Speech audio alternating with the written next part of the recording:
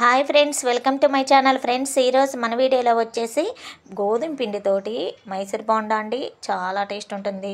మైదా పిండి లేకుండా గోధుమ పిండితోటి మాదిరిగా చేశారనుకోండి, పైన కరకరలాడుతూ లోపల పిండి అనేది లేకుండా బాగా పర్ఫెక్ట్గా వస్తాయండి. చూడండి ఎంత బాగా వచ్చినాయో. ఈ విధంగా చట్నీలు వేసి పెట్టారనుకోండి, చాలా టేస్ట్ ఉంటాయి. చక్కగా మైదా పిండి యూజ్ చేయకుండా గోధుమ పిండితోనైనా పిండి కలిపేదాన్ని బట్టి ఉంటుందండి. చూడండి లోపల గుల్ల గుల్లగా పిండి అనేది లేకుండా ఎంత బాగా వచ్చిందో. ఇలా చట్నీలు అద్దుకొని తినండి, చాలా బాగుంటాయి. ఫస్ట్ టైం మన ఛానల్ చూస్తుంటే లైక్ చేయండి ఫ్రెండ్స్. ఇక్కడ ముందైతే ఒక బౌల్ అయితే తీసేసుకొని పిండి కలుపుకోవడానికి 1 కప్పు గోధుమ పిండి వేసుకుంటున్నానండి. చూడండి 1 కప్పు గోధుమ పిండి వేసేసుకొని అందులో సరిపడా సాల్టు, కొద్దిగా వంట సోడా వేసుకోవాలి. వంట సోడా మనం బజ్జీ పిండిలో వేసుకుంటాం కదా, అది 1 స్పూన్ అయితే సరిపోయిద్ది. 1 స్పూన్ జీలకర్ర వేసుకోవాలి. ఇవి బాగా కలిపేటట్టు పిండిలోనే కలుపుకోవాలి. చూడండి ఈ విధంగా కలుపుకొని అరకప్పు పెరుగు వేసుకుంటున్నాను. అలా అరకప్పు పెరుగు వేసేసుకొని బాగా కలుపుకోవాలి. వాటర్ అనేవి యాడ్ చేయకుండా ఇలా పిండికి పట్టించేదాకా పెరుగు బాగా కలుపుకోవాలండి. ఇలా కలుపుకున్న తర్వాత ఇంకో అరకప్పు పెరుగు అయితే వేసుకోవాలి. ఇలా 1 కప్పు గోధుమ పిండికి 1 కప్పు పెరుగు అయితే సరిపోయిద్దండి. కొద్ది పులువుగా ఉండే పెరుగు వేసుకోండి, బాగా వస్తాయి. బాగా బోండాలు అనేవి, మైసూర్ బోండాలు అనేవి. చూడండి ఇలా కలిపేసుకున్న తర్వాత ఇందులో 1 స్పూన్ ఆయిల్ వేసుకోవాలి.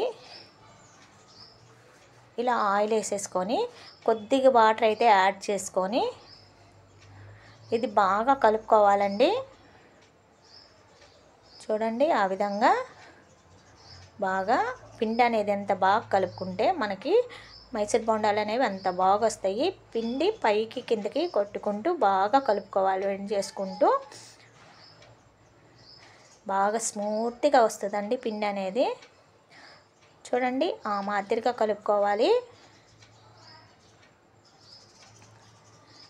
ఈ విధంగా కలుపుకున్న తర్వాత ఇందులోనే 1 స్పూన్ ఆయిల్ వేసేసుకొని మళ్ళీ కలుపుకోవాలండి. చూడండి బాల్ వచ్చేంతవరకు ఆ విధంగా చూపిస్తున్నా. చూడండి బాల్లాగా అలా ఆయిల్ వేసుకొని కలుపుకుంటే ఏంటంటే మనకి బాగా ఎరడాలుగా వస్తాయండి బోండాలు అనేవి. నల్లగా రాకుండా బాగా ఎరడాలుగా వస్తాయి. అలా కలిపేసేసుకొని ఒక 1 అవర్ పక్కన పెట్టేసేసుకోవాలి. ఆ విధంగా 1 అవర్ తర్వాత చూపిస్తున్నా. చూడండి పిండి కొద్ది పులిసి బాగా తయారయ్యిద్ది. ఇప్పుడు కొత్తిమీర, సన్నంగా తరిగిన అల్లం ముక్కలు 2 స్పూన్లు, పచ్చిమిర్చి సన్నంగా కలుపుకొని అందులోనే బాగా కలిపేసేసుకొని మనం పిండి వేసుకునేటప్పుడు కూడా, బోండాలు వేసుకునేటప్పుడు కూడా బాగా కలుపుకోవాలి. చూడండి ఆ విధంగా కలిపేసేసుకొని డీప్ ఫ్రైకి సరిపడా ఆయిల్ పెట్టేసేసుకొని హైలో పెట్టుకోవాలండి బోండాలు వేసుకునేటప్పుడు. చూడండి ఆ విధంగా కొద్దిగా వాటర్ యాడ్ చేసుకుంటూ, మనకి ఆయిల్ వేసుకున్నాం కాబట్టి పిండి అనేది ఎక్కడ అతుక్కోదండి చేతులకి. ఈ విధంగా మొత్తం వేసేసుకోవాలి. బాగా ఉబ్బు తీయండి. కొద్దిగా పిండి వేసినా కానీ చూడండి ఎంత బాగా ఉబ్బి ఎంత బాగా వచ్చినాయో. అలా బాగా ఉబ్బి రౌండ్గా వస్తాయి. అలా వేసేసుకొని 1 సైడ్ తిప్పుకుంటూ కాల్చుకోవాలి. ఇలా మనం వేసుకోగానే హైలో పెట్టుకోగానే బాగా పొంగితే మళ్ళీ నార్మల్ మంటలో పెట్టుకున్నాం అనుకోండి, నిదానంగా కాలి లోపల పిండి కూడా ఉడికి బయట కూడా మొత్తం పర్ఫెక్ట్గా కాలుతాయండి. చూడండి అలా 1 సైడ్ తిప్పుకుంటూ కాల్చుకోవాలి.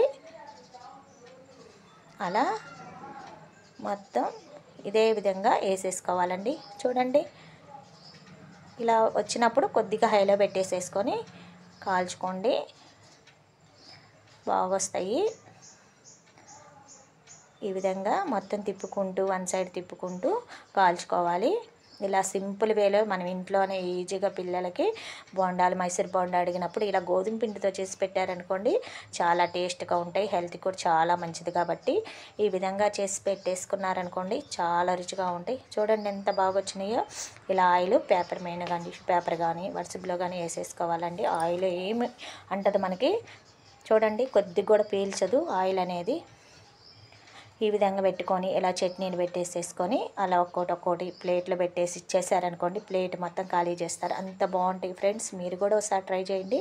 ఈ విధంగా ఫస్ట్ టైం మన ఛానల్ చూస్తుంటే లైక్ చేయండి ఫ్రెండ్స్. చూడండి ఎంత బాగా వచ్చినాయో. మైసూర్ బోండా మీకు నచ్చితే లైక్ చేయండి ఫ్రెండ్స్. ఈ కొలతలతో చేయండి, పర్ఫెక్ట్గా వస్తాయి.